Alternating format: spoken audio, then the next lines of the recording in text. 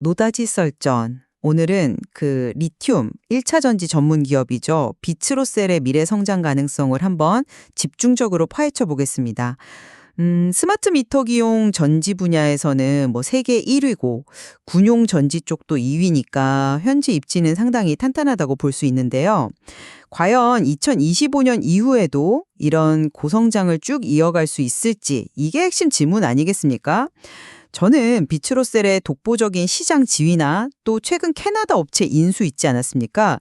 그런 걸 통한 시너지, 그리고 뭐 신사업 준비도 꽤 체계적으로 하고 있는 걸 보면요. 지속적인 고성장, 충분히 가능하다고 봅니다. 연평균 한 20% 이상 성장도 기대해 볼 만하다. 저는 이렇게 생각합니다. 글쎄요, 저는 뭐랄까 조금은 신중하게 접근해야 하지 않나 싶습니다. 그 주력 사업인 1차 전지 시장 자체가 규모가 연간 한 1조 2천억 원 정도 되거든요. 이게 뭐 아주 큰 시장은 아니어서 성장에 좀 뚜렷한 한계가 보인다는 거죠. 그리고 이제 미래 먹거리로 준비한다는 그 2차 전지 소재나 리사이클링 사업, 이런 것들은 아시다시피 아직 연구 개발 단계잖아요. 그 상용화까지 시간도 꽤 걸릴 거고 또 성공한다는 보장도 아직은 없고요. 특히 그 리튬 가격 변동성이나 중국 의존도 같은 이 원자재 리스크, 이건 뭐 여전히 큰 부담이죠. 그래서 저는 앞으로 성장세가 좀 둔화될 가능성도 염두에 둬야 한다, 이렇게 보고 있습니다. 물론 일체 전지 시장 자체의 한계를 저희가 모르는 건 아닙니다. 하지만 비츠로셀은 그 제한된 시장 안에서도 계속 성장을 만들어내고 있다는 점을 좀 봐야 할 것 같아요. 예를 들어서 스마트 그리드 분야, 지금 점유율이 한 25% 정도인데 이걸 40%까지 끌어올리겠다는 아주 구체적인 목표가 있습니다. 그리고 또 군용전지, 특히 그 열전지 수요는 정말 폭발적이라고 할 수 있어요.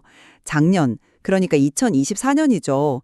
그때만 해도 한 20억에서 30억 원 수준이었는데 올해는 이게 11억 원을 훌쩍 넘어설 것으로 예상되거든요. 여기에 더해서 캐나다 이노바텍 인수는 이게 그냥 회사 하나 더 사들인 차원이 아니고요.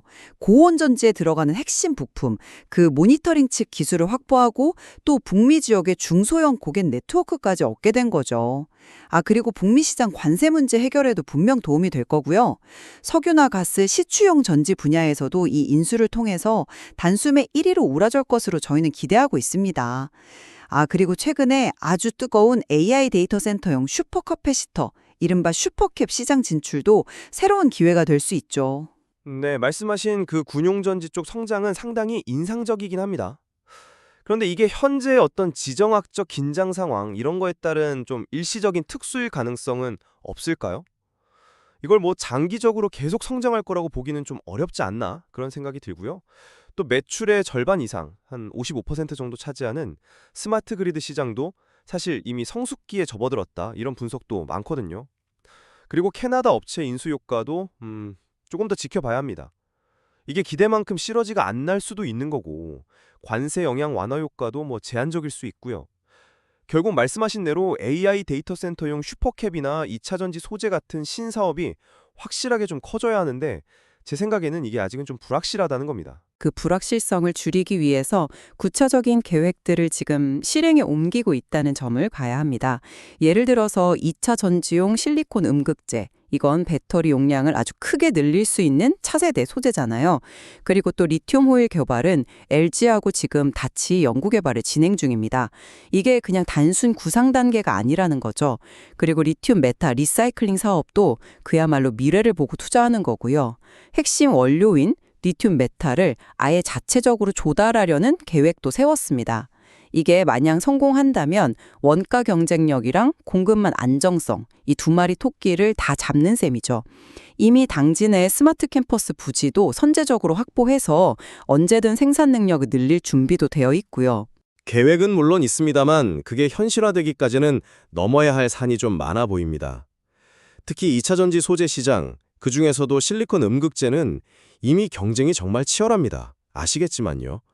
후발주자로서 기술력이란 가격 경쟁력을 확보하는 게 이게 글쎄요, 쉽지 않을 겁니다. 그리고 리튬 메탈 리사이클링, 이것도 아직 기술적으로나 경제적으로 완전히 검증되었다고 보긴 좀 어렵지 않을까요?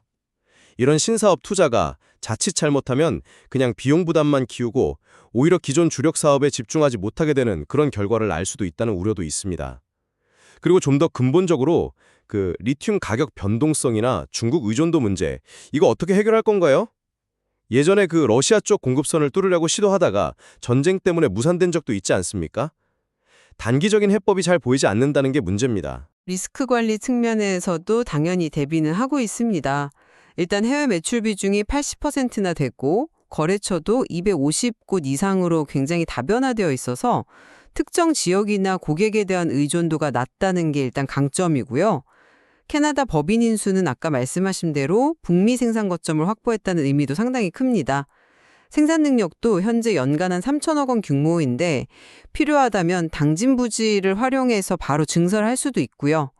리튬 가치 조달이 물론 어려운 과제인 건 맞습니다. 하지만 그 리스크를 분명히 인지하고 있고 해결책을 찾으려고 노력하고 있다는 점, 이게 중요하다고 생각합니다. 네, 포트폴리오 다변화라든지 생산 능력 확보 노력은 긍정적으로 평가할 수 있겠습니다만 역시나 그 핵심 원자재 리스크, 특히 리튬 관련된 부분은 비추로셀의 미래의 가장 큰 불확실성 요인이라고 저는 여전히 생각합니다. 자체 조달 계획이 성공적으로 안착하기 전까지는 이 리스크를 계속 안고 가야 하는 거죠. 정리를 좀 해보자면요. 저는 비츠로셀이 스마트 그리드, 군용, 석유가스 같은 기존 사업의 아주 강력한 기반 위에 캐나다 기업 인수 시너지, 그리고 2차 전지 소재나 리사이클링 같은 신사업 투자를 통해서 지속적인 성장을 이어갈 것으로 기대합니다. 특히 그 군용 수요 증가세나 AI 데이터 센터 같은 새로운 기회 요인은 아주 긍정적이라고 보고 있습니다. 저는 반대로 1차 전지 시장 자체의 성장 한계, 그리고 신사업의 불확실성, 거기에 더해서 해결이 쉽지 않아 보이는 원자재 리스크를 고려할 때 아직은 좀 낙관하기 이르다는 입장입니다. 제시된 장기 성장 로드맵이 실제로 성공할지 여부는 좀 더 시간을 가지고 냉정하게 지켜봐야 할 것 같습니다. 네, 비츠로셀은 분명히 안정적인 현재를 바탕으로 해서 미래를 향한 도전을 계속 이어가고 있습니다. 캐나다 기업 인수 효과를 어떻게 극대화할 것인가, 또 신사업을 성공적으로 본 궤도에 올릴 수 있을 것인가, 그리고 말씀하신 원자재 리스크를 어떻게 관리해 나갈 것인가 하는 점들이 향후 성장의 중요한 열쇠가 될 것입니다. 오늘 저희가 나눈 이야기가 비츠로셀이라는 기업을 여러 각도에서 이해하시는 데 조금이나마 도움이 되었으면 하는 바람입니다. 시청자 여러분께서도 오늘 제시된 여러 정보들을 바탕으로 각자의 현명한 판단을 내리시는 것이 중요하겠습니다.